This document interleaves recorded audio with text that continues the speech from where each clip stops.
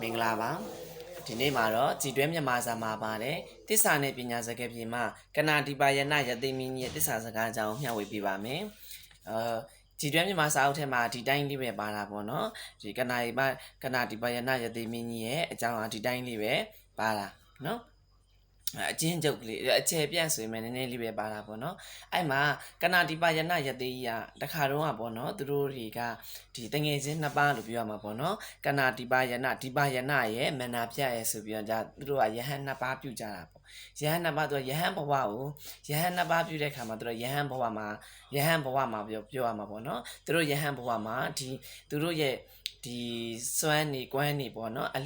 ်အလူအတန်းအမြဲတမ်းပြုနေတဲ့အရှင်မင်းကြီးနဲ့မိဖုရားရဲ့သူ့ရဲ့ကလေးရဲ့ပေါ့နော်သူတို့မိသားစုလေးကကလေးတငယ်နဲ့မိသားစုလေးတဲ့လာပြီးတော့ကြတော့ဒီကနာဒီပါယနာယတိရဲ့ကျောင်းပေါ့နော်ကျောင်းတော်ကိုလာပြီးတော့ကြတော့ဖူးမြော်ကြတယ်ပေါ့စွမ်းနေကွမ်းနေနဲ့လာပြီးတော့ဖူးမြော်ကြတဲ့ခါမှာတဲ့အဲ့လိုဖူးမြော်ကြရင်နဲ့ကနာဒီပါယနာယတိကျောင်းဖူးမြော်ကြရင်နဲ့ဒီဘယင်ကြီးနဲ့မိဖုရားရဲ့ကလေးကစားရင်းနဲ့ဘာလို့တော့ဆိုရင်မွေစိတ်ထိသွားတယ်ပေါ့နော်မွေစိတ်ထိသွားတဲ့ခါမှာကလေးကသိမလို့ဖြစ်သွားတယ်အဲ့ခါကျမှကလေးကသိမလို့ဖြစ်သွားတဲ့ခါကျမှဒီမိဖုရားကြီးရဲ့ဘယင်ကြီးရဲ့နေပြီးကြတော့စောက်တရားမရဖြစ်ပြီးတော့ကြတော့ဟလာအရှင်ရန်ပေါ့နော်အရှင်ကနာအရှင်ယတိပေါ့နော်ကျွန်တော်မျိုးရဲ့သားလေးကိုကူပါအောင်ကဲပါအောင်ကျွန်တော်မျိုးမရဲ့သားလေးကိုကူပါအောင်ကဲပါအောင်ဆိုပြီးတော့ကြတော့ဘာလုပ်ကြမအောင်ဆိုရင်အရှင်ဒီယတိကြီးကိုဘယ်လိုပြကြမလဲအာကိုတကြီးနဲ့ပြောကြမှာပေါ့နော်အာကိုတကြီးနဲ့ပြောတဲ့ခါမှာယတိကြီးကနေပြီးငါမှလည်းဟလာကုစီရဆေးလည်းမရှိဘူးအစွမ်းစားလည်းငါမှမရှိဘူးပေါ့နော်ကုလို့ရတဲ့ဆေးပစ္စည်းကိရိယာဆိုတာလည်းငါမှမရှိဘူးလို့ဒီယတိကြီးဖြေလိုက်တယ်တဲ့အဲ့ခါမှာယတိရဲ့ကျွန်တော်မျိုးမရဲ့သားလေးကိုကဲပါအောင်ကျွန်တော်မျိုးမရဲ့ကလေးကိုကဲပါအောင်ပေါ့နော်အဲ့လိုမျိုးကဲပါအောင်လို့ပြောခါမှာယတိကြီးဟုတ်ပြီဒါဆိုရင်တော့ငါမှာကုကဲစရာတခြားမရှိတော့ဘူးဘာပဲရှိတော့ဆိုတစ္ဆာစကားပဲရှိတော့တယ်အဲ့ခါမှာတစ္ဆာရဲ့အစွမ်းထက်ပုံစပြီးပြောရမှာပေါ့နော်တစ္ဆာစကားပဲရှိတော့တယ်တဲ့အဲ့ခါမှာယတိရဲ့တစ္ဆာဆိုလိုက်တာပေါ့နော်ယတိရဲ့စပြီးတစ္ဆာဆိုလိုက်တယ်ဟာလာငါဒီတဲ့ယတိဘဝဝိလာခဲ့တာ250ရှိနေပြီ250ကိုမှတဲ့ငါယတိပြီတဲ့9ရက်မြတာဒီယဟန်ဘဝကိုဝင်တဲ့9ရက်မြတာငါပျော်ရွှင်ခဲ့တယ်ကြံတဲ့အရာတွေကြံတဲ့နှစ်တွေလာတွေကငါတစိုးတစီများငါမပြောခဲ့ဘူးပေါ့နော်မပြောရွှင်ခဲ့ဘူးဒီတစ္ဆာစကားများမှန်ကန်ပါကဤကလေးဒီအသက်ဘေးမှာကင်းဝေးရပါလို့ဤပေါ့နော်ဒီအန်ဒီရဲ့ဘေးမှာကင်းဝေးရပါလို့ဤလို့တစ္ဆာစကားဆိုတဲ့တခါမှာဒီကလေးရဲ့ဥကောင်းနေခန္ဓာကိုယ်ပိုင်းနေရာဟိုဘက်ဒီဘက်စတင်ပြီးတော့လှုပ်လာပြီတဲ့အဲ့ခါမှာယတိရဟုတ်ပြီတဲ့ဒါငါရဲ့တစ္ဆာစကားကတော့ဒီလောက်ပဲပေါ့နော်ဒါဆိုရင်ဖခင်ဖြစ်တဲ့ဘုရင်ကြီးကတစ္ဆာဆိုပါပေါ့ဖခင်ဖြစ်တဲ့ဘုရင်ကြီးကတစ္ဆာဆိုပါလို့ပြောလိုက်ရအဲ့ခါမှာအရှင်မင်းကြီးကနေပြီးတစ္ဆာဆိုတယ်တဲ့ဟာလာအရှင်မင်းကြီးကဒါဒီတဲ့ဟိုကျေပြန့်အောင်ပြောတာရအများကြီးရှိသေးရနော်ဒါအနေလေးအချင်းချုပ်ပြီးပြောပြပေးတာပါအဲ့ခါမှာဖခင်ဖြစ်တဲ့ရဲ့ဒီဘယင်ကြီးကနေပြီးတစ္ဆာဆိုတယ်တဲ့ကျွန်တော်မျိုးဒီတဲ့ဟာလာဒီဘယင်ပေါ့နော်သူ့ရဲ့ဘယင်ရဲ့နန်းတော်ရဲ့ရှေ့မှာတဲ့ဒီမန်းတက်ကြီးတွေထိုးပြီးအလှူအတန်းတွေနေ့စဉ်နဲ့အမျှပြုတ်လုပ်တယ်တဲ့အဲ့ကမှသူကအေးပြုတ်လုပ်တဲ့အလှူအတန်းမှာကျွန်တော်မျိုးရဲ့စေတနာတရားဒီတရားဒီတစိုးတစီမီလည်းမှာမရှိပါစေတနာလည်းမရှိဘူးတရားလည်းမရှိဘူးအဲ့လိုမျိုးတရားမပါဘဲနဲ့ကျွန်တော်မျိုးတွေ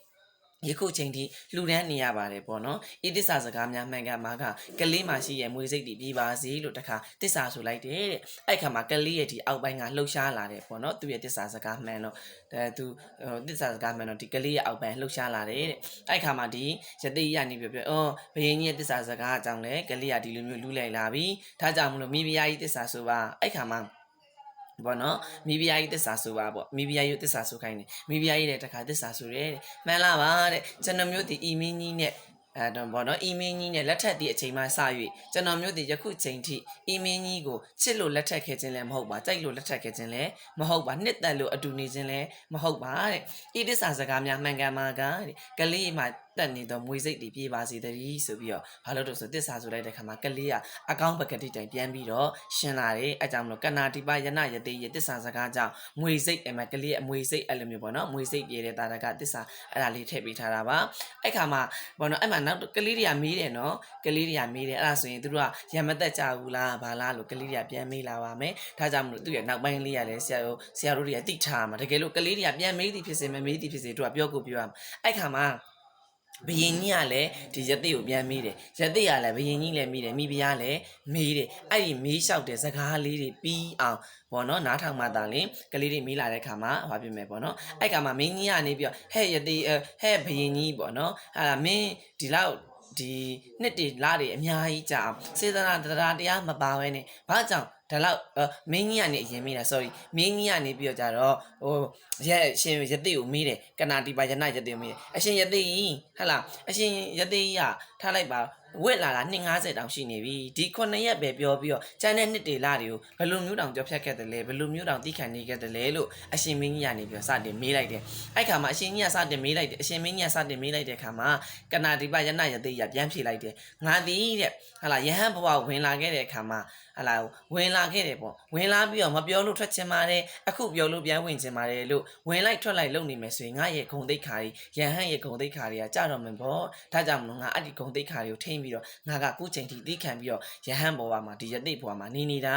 ာအဲ့ခါမှာယသိရနေတခါပြန်မိလိုက်တယ်ဟုတ်ပါပြီငါ့ကိုမေးရတော့ဟုတ်ပါပြီကဲအရှင်မင်းကြီးကလည်းဒီစေတနာသရာတရားမပါဘဲနဲ့ဘာကြောင့်ဒီမန်တက်ကြီးတွေအကြီးအကျယ်ခန်းသားနဲ့နေ့စဉ်နဲ့အမြအလူတန်းနေပြီးနေရလဲလို့မိလိုက်တဲ့ခါမှာဘယင်ကြီးကနေပြန်ဖြေတယ်မှန်လားပါတဲ့ကျင်နေမျိုးရဲ့ဘိုး80ဘွားကစနဲ့ဘွား80ပေါ့နော်ဘိုးစဉ်ဘောင်ဆက်80ကအတိုင်းအခုလိုမျိုးပဲမန်တက်ထိုးပြီးတော့ကြတော့လူတန်းခဲ့တာပါကျွန်တော်မျိုးရဲ့မင်းလက်ထက်မှာမလူတန်းတော့ဘူးဆိုလို့ရှိရင်ကျွန်တော်မျိုးတိတ်ခါကြကြီးရဲ့ကျွန်တော်မျိုးရဲ့မိဘတွေတိတ်ခါကြကြီးကျွန်တော်မျိုးရဲ့ဘိုးဘေးဘောင်ဆက်တွေတိတ်ခါကြကြီးရဲ့အဲ့ဒါကြောင့်မလို့ကျွန်တော်မျိုးကစေတနာသရာတရားမပါဘဲနဲ့လူတန်းနေရတာပါလို့မင်းကြီးကအဲ့အကြောင်းအရာမင်းကြီးကနေပြန်ပြီးဖြေလိုက်တယ်အဲ့ခါမှာတခါရသေးရနေမိဖုရားဘက်ကိုလှည့်ရောဟဲ့မိဖုရားကြီးရအောင်ပေါ့နော်ဒီလောက်နှစ်တွေလာတွေအကြာကြီးပေါ့ဒီမချစ်မနစ်သက်ဖဲနဲ့ဒီလောက်အောက်ကြီးပြီးတော့ဘယ်လိုများနေခဲ့တော့ဘယ်လိုစိတ်ဆန္ဒနဲ့များနေခဲ့တော့လို့မေးလိုက်တယ်တဲ့အဲ့ခါမှာမိဖုရားရဲ့နဲ့ပြန်ဖြစ်မှန်လားပါရှင်မင်းကြီးကျွန်တော်မျိုးရဲ့ဘိုးစဉ်80ဘောင်းစဉ်80လားဘိုးစဉ်ဘွားစဉ်80တိုင်အောင်ဟာလားမိဘမျိုး80တိုင်အောင်ကျွန်တော်မျိုးရဲ့မိဘတို့ကတက်လင်တမယားစနစ်ပဲကျင့်သုံးခဲ့တာပါဒါကြောင့်မလို့ကျွန်တော်မျိုးဒီလင်ပေါ်မှာလက်ထပ်ပြီးဒီကနေစပြီးတော့ကျွန်တော်မျိုးကချစ်သည်ဖြစ်စေမချစ်စေဖြစ်စေဟလာကျွန်တော်မျိုးရဲ့မိဘတွေထိမ့်သိမ်းခဲ့တဲ့ဂုံကိုစောင့်ရှောက်တဲ့အနေနဲ့ထိမ့်သိမ်းတဲ့အနေနဲ့ကျွန်တော်မျိုးကအောင်းအီးပြီးတော့ပေါင်းသင်းတာပါလို့ဒီမိဖုရားကြီးကနေပြန်ဖြေလိုက်တယ်အဲ့ခါမှာမိဖုရားကြီးကနေပြီးအဲ့လိုဖြစ်တဲ့အခါမှာဘယင်ကြီးကနေပြီးဟဲ့မိဖုရားကြီးပေါ့နော်နင်ငါ့ကိုအခုမှသာဒီလိုမျိုးသိရတယ်ပေါ့မချစ်မနစ်သက်ဘူးလို့လည်းအရေးရောင်တောင်မပြခဲ့ပါလားပေါ့နော်ဒီလိုမျိုးနေထိုင်တာပေါ့နော်ငါ့ပေါ်မှာတကယ်ကိုချစ်တဲ့တကယ်ကိုပဲနှစ်ကချစ်တဲ့သူလိုမျိုးနေထိုင်ခဲ့တာပါလားပေါ့နော်အဲ့လိုမျိုးမင်းကြီးကနေတော့ပြန်ပြီးတော့အဲ့ကြမှာမင်းကြီးကနေတော့ပြန်ပြီးတော့နင်ငါ့ကိုမချစ်ဖက်နဲ့နေခဲ့တယ်ဆိုတာအဲ့ကြမှာမင်းကြီးကသိပြီးတော့ပြန်ပြီးတော့မေးယူရတယ်ပေါ့နော်တကယ်တမ်းကမိဖုရားကြီးကလည်းသူ့ရဲ့နော်မိဘတွေရဲ့ဂုံကိုထိမ့်သိမ့်ပြီးတော့ကြတော့နေခဲ့တယ်အဲ့ခါမှာဘယင်ကြီးကနေပြီးတော့ကြတော့ဒီယဟန်ကိုလည်းပြောပါတယ်ဒီပါကနာတိပါယနာယသိကြီးလည်းပြောပါယသိကြီးလည်းယဟန်ဘဝမှာမပြောတော့ပဲမဟုတ်ဘဲနဲ့အခုချိန်ကနေစပြီးတော့ယဟန်ဘဝမှာပျော်ပျော်ရွှင်ရွှင်နဲ့နေသွားပါတော့ဟာလားယဟန်ရဲ့လိုရဲ့ဝေယဝစ်စာတွေကျွန်တော်မျိုးတို့ကလည်းလှူပါမယ်ပေါ့အဲ့ခါမှာဘယင်ကြီးကလည်းပြောလိုက်တယ်မင်းကြီးလည်းယနေ့မှစပြီးတော့ဒီလောက်လှူရတဲ့တရားတွေဒီလောက်များပြားတဲ့အခါမှာအခုပဲကြည့်လိုက်သားလေးရဲ့တစ္ဆာစကားကြောင့်သားလေးတောင်ပဲဒီကလေးတောင်မှပြန်လင်းပြီးတော့ရှင်းလာပြီပေါ့နော်အဲ့လိုမျိုးအစွမ်းနေရှိရတာမှသိပြီးတန်းနဲ့အခုလိုနောက်ဒီချင်းကနေစပြီးနောက်လှူတဲ့ခါမှာစေတနာရောတရားရောထည့်ပြီးတော့လှူပါအဲ့လိုမျိုးပဲခါမှာတခါမိဖုရားကြီးကိုလည်းပြောလိုက်တယ်မိဖုရားကြီးလည်းဟာလာဒီလင်ယောက်ျားပေါ်မှာအရင်ကလိုမချစ်မနစ်သက်တော့မဟုတ်ဖက်နဲ့တကယ်ကိုချစ်ခင်စုံမတ်နှစ်သက်မျက်နှိုးတဲ့တကယ်အစစ်မှန်နေနဲ့ချစ်သွားပါတော့လို့ပြီးတော့ဆုံးမဩဝါဒတရားတွေဟောမှာပေါ့နော်ဒါကတော့ကနာတိပါယနာယသိကြီးရဲ့တစ္ဆာစကားကိုမျှဝေပေးလိုက်တာပါနောက်ငရမ်းမင်းရဲ့ငရမ်းမင်းအကြောင်းတွေတော့သိမယ်ထင်ပါတယ်နော်သူပါယကသမောမှုလို့တကယ်လို့မသိတာတွေသိချင်တာရှိလို့ရှင်လည်းမှတ်ပေးခဲ့ပါအောင်ပြောပြပေးမှာပေါ့နော်ငရမ်းမင်းအကြောင်းလည်းပြောပြပေးပါမယ်သူပါယကသမောမှုအကြောင်းလေးလည်းပြောပြပေးပါမယ်နောက်ထပ်ရှိပါသေးတယ်သီဝရမင်းကြီးအကြောင်းလေးဒါတွေကဘ ഹു တုတအနေနဲ့ပြန်လဲမျှဝေပေးတာပါဆရာဆရာမတွေဆိုလို့ရှိရင်လည်းကိုယ့်ရဲ့ကလေးတွေကိုပြန်လဲပြီးတော့ပြောပြပေးနေအောင်ကလေးတွေဆိုလို့ရှိရင်လည်းဒီနည်းနည်းပါးပါပေါ့နော်တိလာအောင်မှတ်မိလာအောင်ကြားဘူးလာအောင်ဘ ഹു တုတအနေနဲ့မျှဝေပေးတာပါကျွန်တော်မှတ်သားခဲ့ရတဲ့အမှားပိုင်းလည်းခွင့်လုပ်ပေးပါတကယ်လို့လိုအပ်ချက်တွေရှိလို့ရှိရင်လည်းပြန်လဲပြီးတော့ထပ်ပြီးတော့ဖြည့်ပေးပါအားလုံးကျေးဇူးတင်ပါတယ်ခင်ဗျာ